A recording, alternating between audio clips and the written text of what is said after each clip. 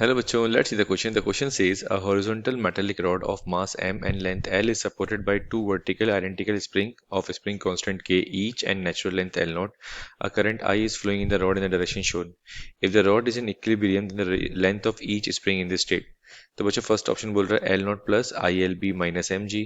Second option is L not plus एक second L not plus I L B minus M G by two K. Third option is L not plus M G minus I L B upon two K. Third option is L not plus M G minus I L B upon के.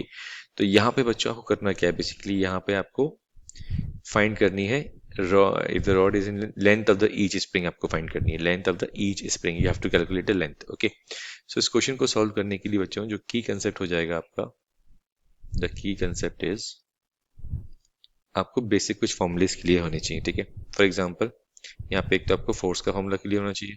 ठीक है, तो force का formula क्या होता है बच्चों?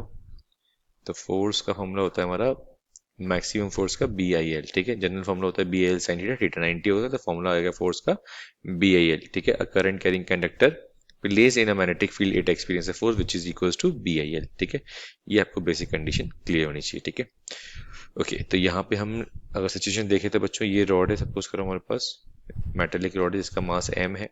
तो इस पे टोटल फोर्स कितनी लगेगी? तो इस पे टोटल फोर्स कितनी लगेगी बच्चों? ये एक स्प्रिंग की वजह से यहाँ पर एक फोर्स लगेगी, स्प्रिंग F इक्वल्स टू के एक्स माइनस के एक्स. ठीक है, एक फोर्स लगेगी बच्चों यहाँ पर इसके वेट की वजह से mg. यहाँ पे भी स्प्रिंग है तो एक फोर्स यहाँ पे भी लगेगी बच्चों, कितनी? अगेन माइनस के एक्स. ठीक है, तो यहाँ पे बच्चों अगर सिर्फ मैग्नीट्यूड की बात करें तो हम सिर्फ लिख सकते हैं के एक्स, ये mg और यहाँ पे आ गया के एक्स. ठीक है, और एक फोर्स लग रही है बच्चों यहाँ पर ऊपर की तरफ which is B I L. Equilibrium condition क्या होगी बच्चों? जब ये तीनों फोर्स किसके इक्वल हो जाए? बी आई एल के इक्वल हो जाए, तभी तो क्या होगा, ये हमारी रॉड किस कंडीशन में रहेगी? इक्विलिब्रियम कंडीशन में रहेगी, मतलब रेस्ट पर रहेगी. ठीक है, तो ये कंसेप्ट बेसिकली यहाँ पे आपको लगाना है. ठीक है, ओके, तो इस क्वेश्चन को सॉल्व करते हैं बच्चों, प्रॉपर देखते हैं क्या आंसर आता है. तो सबसे पहले अगर हम बात करें बच्चों यहाँ पे नेचुरल लेंथ जो है, नेचुरल लेंथ जो क्वेश्चन में गिवन है हमको ईच स्प्रिंग की, natural length of each spring कितनी है बच्चों? एल नॉट है.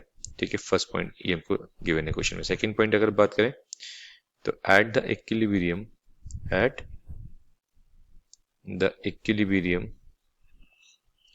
Condition, at the equilibrium condition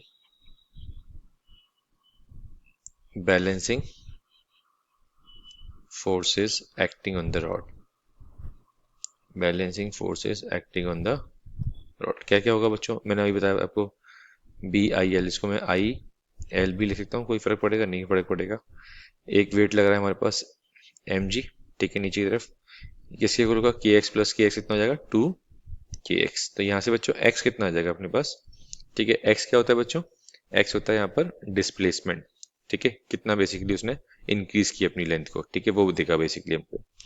तो ये आ जाएगा x इक्वल टू आ जाएगा अपने पास I L B minus M G upon two K. ये आ गया हमारे पास x. ठीक है, तो अब जो इंपॉर्टेंट चीज है बच्चों, जो आपको समझने की वाली बात है वो ये है. तो यहाँ पे आ जाएगा बच्चों आपके पास final length of each spring would be. Final length क्या होनी चाहिए? The final length of each spring would be. तो फाइनल लेंथ आ जाएगी बच्चों अपने पास, इनिशियल कितनी थी? एल नॉट कितना इंक्रीज हुआ? एक्स. तो आ गया L not plus I L B minus M G upon two K. So this is the final length of the spring. Okay, तो ऑप्शन चेक कर लेते हैं. फर्स्ट ऑप्शन ही बच्चों नहीं, फर्स्ट ऑप्शन मैच नहीं कर रहा. A is incorrect because two K नहीं है.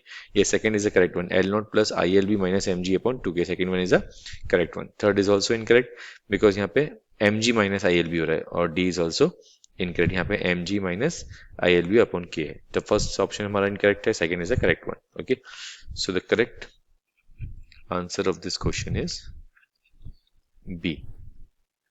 I hope this solution is clear to you. All the very best बच्चों.